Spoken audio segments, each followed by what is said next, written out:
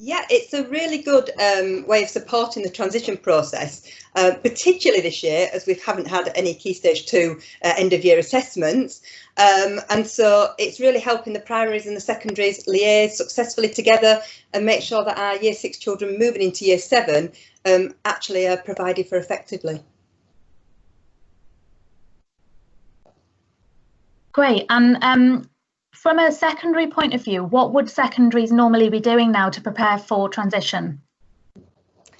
So obviously we're still doing a lot of preparation for transition, but obviously a lot of it's having to happen remotely, which isn't always ideal.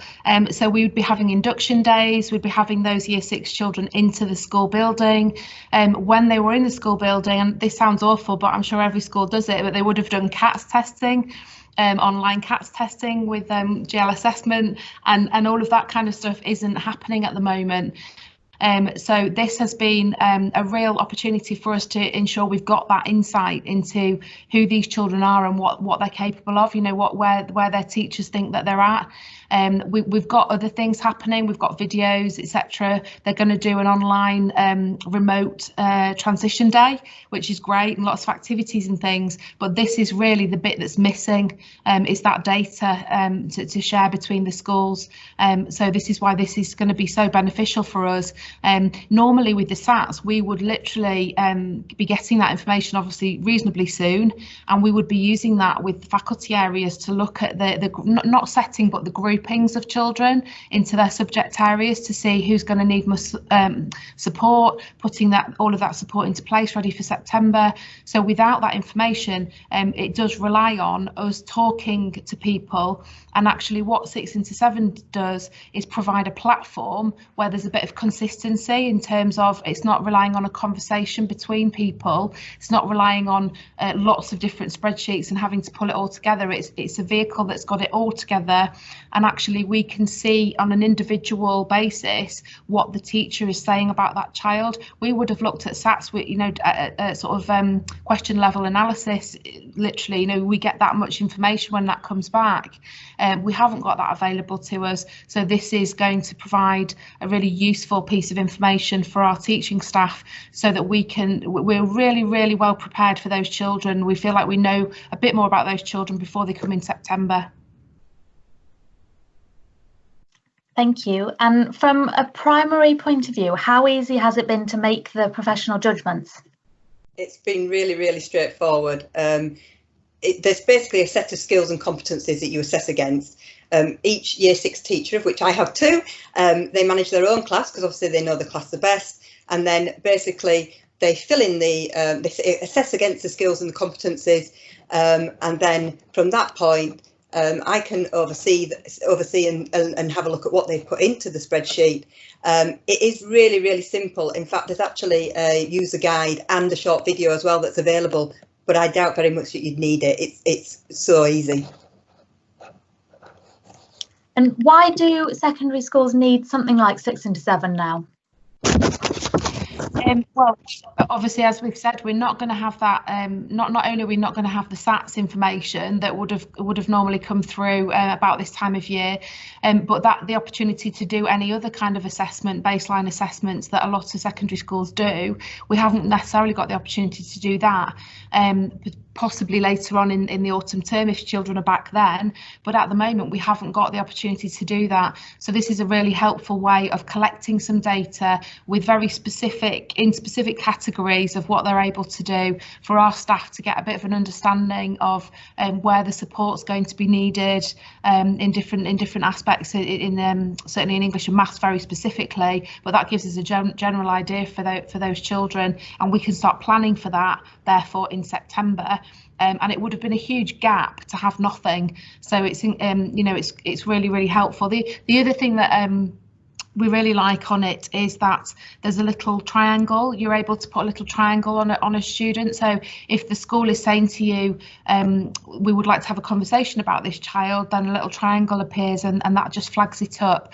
Those conversations obviously are still happening and they're really important, but it's just a really quick way of doing that, whereby we've got, and we're still doing the other bits of transition where we communicate with the school and the teachers are ringing to speak to the school about individual children, but this vehicle just gives a place to keep all of that information, that we can give access to those subjects staff in school to be really properly prepared for those children arriving in September, who, you know, we don't know what that's going to look like in September. So the more ready we are, we might be delivering remote learning for some of these children in September. So to have this information now means that staff can be ready for that and be prepared for that in terms of making sure they're meeting the needs of all of those children when we start to set work in September.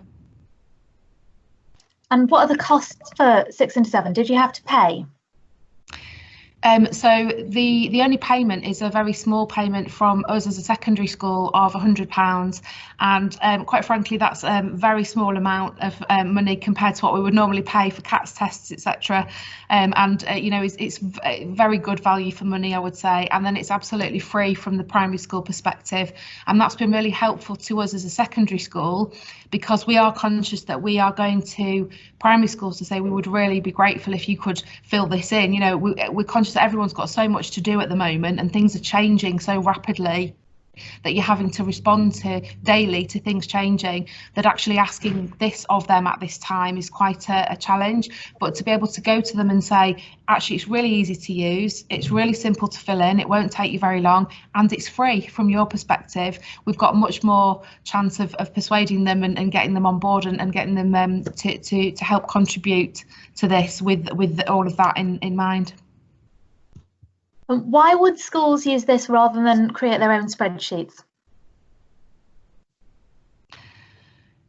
Well, gosh, at the moment, I don't know about you, Corrine, but we've got spreadsheets coming out of our ears with attendance at mini school and bus route, you know, buses picking people up and lessons that are happening and who's in and who's not.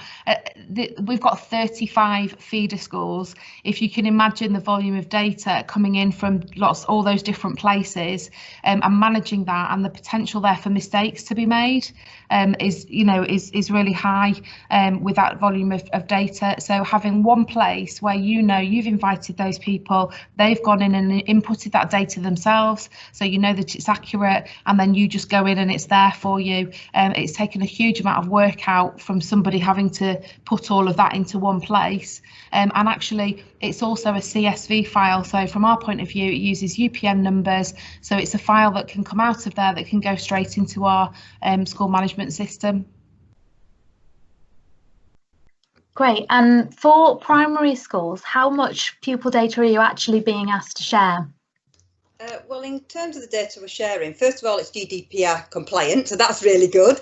And there's also a data sharing agreement that is really easy and online to sort out, so that's fantastic. In terms of actually what we are giving, as Kirstie said, it's UPN numbers, it's the pupil names, date of birth, and then the set of competencies and skills which are in English and maths that the Year 6 teachers complete.